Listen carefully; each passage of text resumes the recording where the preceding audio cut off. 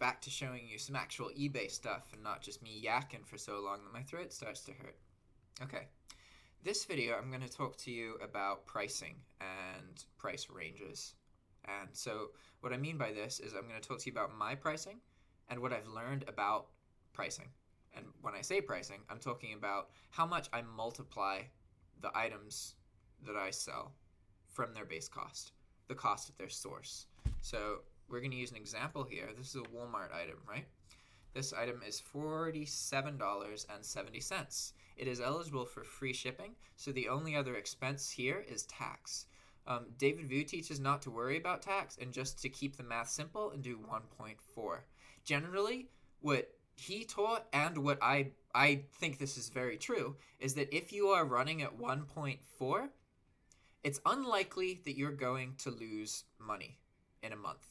Even if you have issues that come up, you have a good enough profit margin that the sales that you do get are most likely going to cover the sales that you don't get.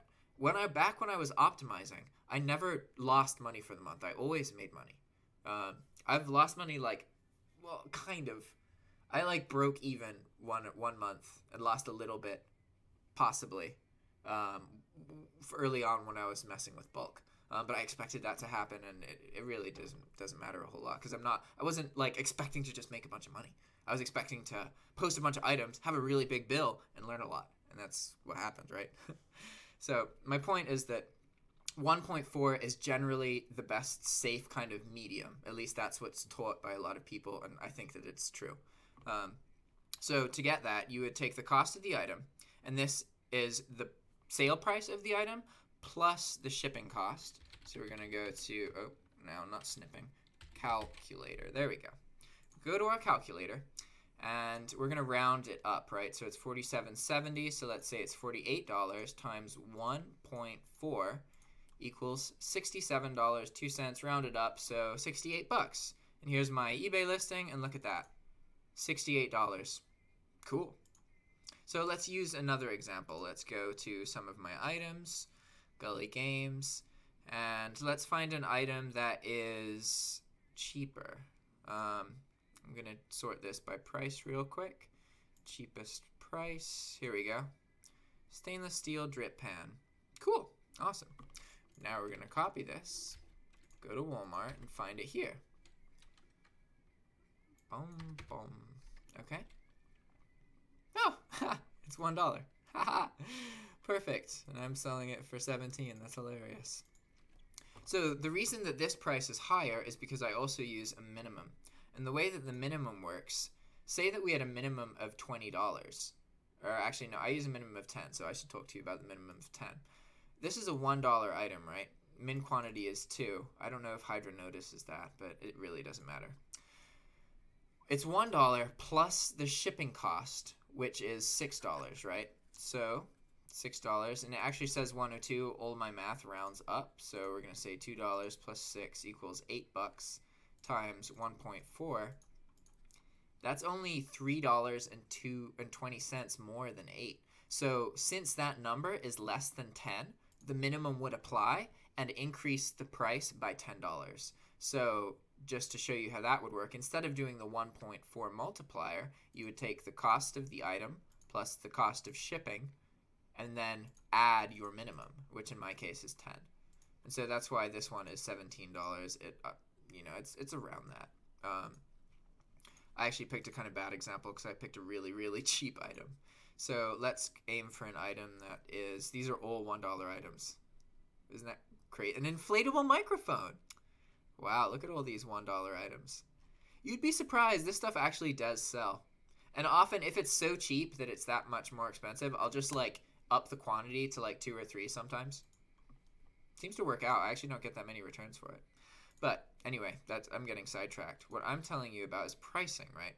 So this is what a 1.4 pricing looks like with a $10 minimum. You're going to find that your cheaper items are sold at much higher margins percentage-wise. Like this, is $18 for a $2 item, right? That's a huge markup, That's thousands of percent, but that's only because the shipping, it costs more than the item and yada, yada, yada, and the minimum. So what I find, the reason that I do a minimum like that is because I find that a lot of people are unable to assess like what the true value of an item is. So generally, everybody has this number that anything under than it is basically the same price, right? For wealthier people, that number could be like 50 or 60, especially if they're frivolous spenders, then maybe like 500, 600. They can drop like $100 on something like nothing, right? I'm not like that at all in any way whatsoever. I can drop like a couple bucks like it's nothing, but that's it. Everyone's number is different, right? So what these items do is they kind of take advantage of the fact that you don't really, some people, if it's $5 or $10, it's the same to them. Who cares, right? So a 1.4 multiplier looks like this. I actually used to use a 1.5 multiplier. So when you have a bigger account, you can, what you need to think about is that you're tweaking the amount of work and the amount of money you're going to get. So say that you're getting too many sales and you don't have the time to process it, you can up your margins. You'll get less sales, but be more profitable per sale. So what this is going to do is it's going to increase the hourly kind of profit rate of you running your business, as long as you're able to still pay your bills and that kind of thing, right?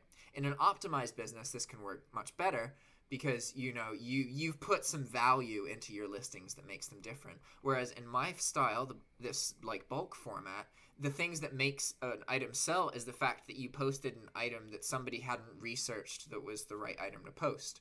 So now you're the first one to get there because you just scanned all the inventory, right? I don't waste any time thinking about individual items. I just post everything and see what happens, So that gives me an edge in certain ways, although ultimately the competition will always keep up. So I have to be able to continually find new items, which then the competition will then start selling because they rely on other people producing sales to find their items to sell. Meanwhile, I can just keep posting new items and starting new sales, right? Because I don't spend any time and I'm able to automate that process basically.